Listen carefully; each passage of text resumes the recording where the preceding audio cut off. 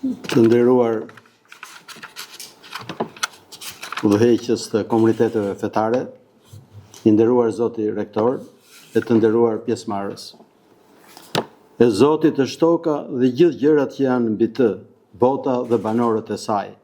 Kështu shprehet psalmisti në Psalmin 23. Me këtë e fillon. Me një shkurtësi zbuluese, ai shpreh një të vërtetë themelore, që koha jon duhet ta ridëgjojë me përulësi. Toka nuk është pasuria jonë, nuk është objekt shfrytëzimi, nuk është lëndë e pare një konsumimi të pafre. Toka i përket Zotit, është vepër e duarve të tij, fryt i mirësisë së tij, shfaqje e urtësisë së tij të pafundme. Dhe gëzohem kur dëgjoj që të gjitha komunitetet fetare kanë të njëjtin vizion. Ne nuk jemi pronarët, jemi kujdestarët. Mund të jemi kujdestarët e mirë ose kujdestarët e këqij, për cilin do japim llogari përpara pronarit të tokës. Neve na u besuan kjo tokë, ta punojmë dhe ta ruajmë. Kriza bashkëkohore ekologjike, ndryshimi klimatik me pasojat e tij tragjike, ndotja e ujrave, zhdukja e specieve të ndryshme, shkretimi i pandalshëm, nuk është thjesht, siç u theksua dhe më parë, një problem teknik. Është para se gjithë është një problem shpirtëror i thellë. Është pasojë e një qëndrimi që e harroi Perëndin dhe hynizoi njeriu dhe orekset e tij. Teologjia ortodokse nuk e shikon krijimin si një skenë neutrale, brenda së cilës luhet vetëm drama e shpëtimit të njeriu. Krijimi është një pjesë e tërë, vuan së bashku dhe gëzohet së bashku.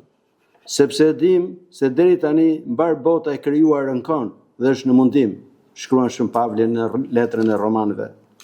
Sipas apostullit, te ketrit e kishës, hasi mjetërit manitshme të natyrës, shfaqje e Perëndis. Jo e Perëndis i natyrë, po e mirësisë së tij.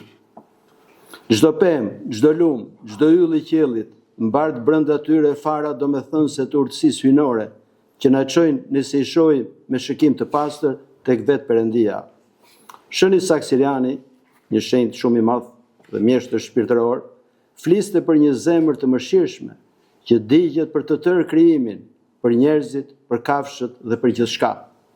Kjo ndërgjegje nuk është romantizëm, as sentimentalizëm, është pasojë e natyrshme e respektit ndaj krijimit të Perëndis. Sa më shumë i afrohet njeriu Perëndis, aq më shumë i hapet zemra ndaj tërësisë së krijimit.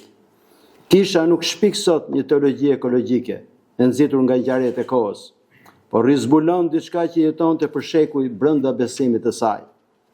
Kriza bashkëkohore e klimatike nuk është një temë abstrakte shkencore, as vetëm diskutim akademik. Është krizë me emra konkret dhe fytyra të gjalla.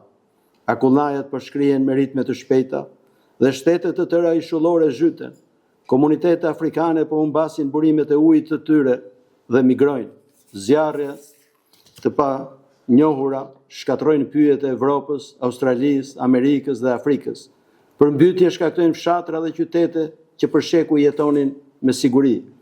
Pas shifrave dhe grafikëve fshihen njerëz që vujnë nga uria, që shpërngulen, që vdesin.